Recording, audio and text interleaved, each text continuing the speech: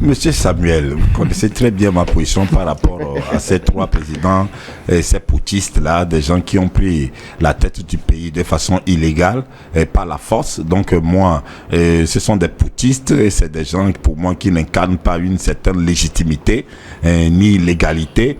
Et surtout encore, quand je vois un peu le parcours, d'abord celui du Burkina, Ibrahim Traoré, qui aux premières heures de son putsch, et sa déclaration était que non, il respectait tout ce qui a été décidé par la CEDEAO en matière il allait respecter le calendrier, mais par après, qu'est-ce que nous avons vu? Et récemment également avec le Mali, qu'est-ce que nous avons vu? Alors donc, et encore, d'autre part aussi, ils se sont lancés aussi dans les manipulations, jetant les populations dans les rues, scandales, etc., et des insanités, des mélancolies contre la France, etc. Aujourd'hui, nous voyons aussi les conséquences avec la montée de l'extrême droite en France également, parce que quand vous êtes là, vous manipulez les pauvres gens, des citoyens naïfs, vous les montez pour essayer d'afficher une légitimité de façade, dire que oui, le peuple nous soutient, nous sommes des putschistes, mais le peuple nous soutient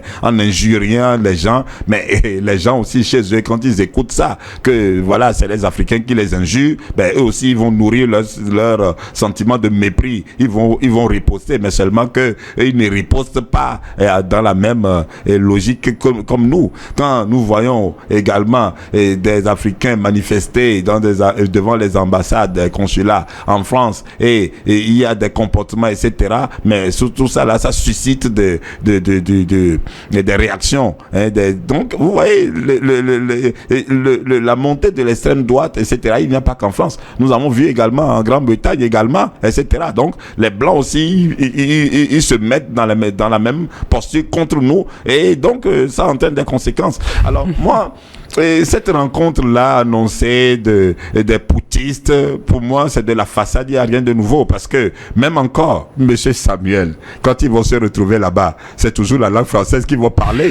Alors, donc, du coup, il y a quoi d'extraordinaire? Il n'y a rien d'extraordinaire. Tout ça là, c'est des agitations, c'est comment dirais-je, c'est des diversions, c'est des diversions. Donc, ma foi, moi, je ne suis pas vulnérable à ces manipulations, à cette diversion-là, et qu'ils essaient de vendre à qui, je ne sais. Alors donc, si cette décision qu'ils prennent, qu'ils se retirent de la CEDEAO, jusque-là, ne sont que des annonces. Ce ne sont que des annonces parce que les citoyens de ces pays-là traversent toujours nos frontières tranquillement, sans des mesures qui incarnent vraiment cette fissure-là où dorénavant ils ne font plus partie de la CEDEAO. Alors donc pour traverser les frontières et des pays, il faut répondre à des... Non, vous savez, ces putschistes-là, moi je les interpelle à se ressaisir.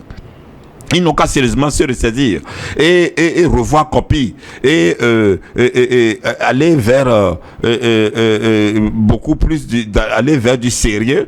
Nous avons entendu également dernièrement la Banque mondiale qui a octroyé un montant à l'un d'entre eux. Non, que les gens arrêtent cette diversion-là. Monsieur Samuel, je préfère m'arrêter là, sinon peut-être que mes positions vont toucher encore d'autres. Il y a le président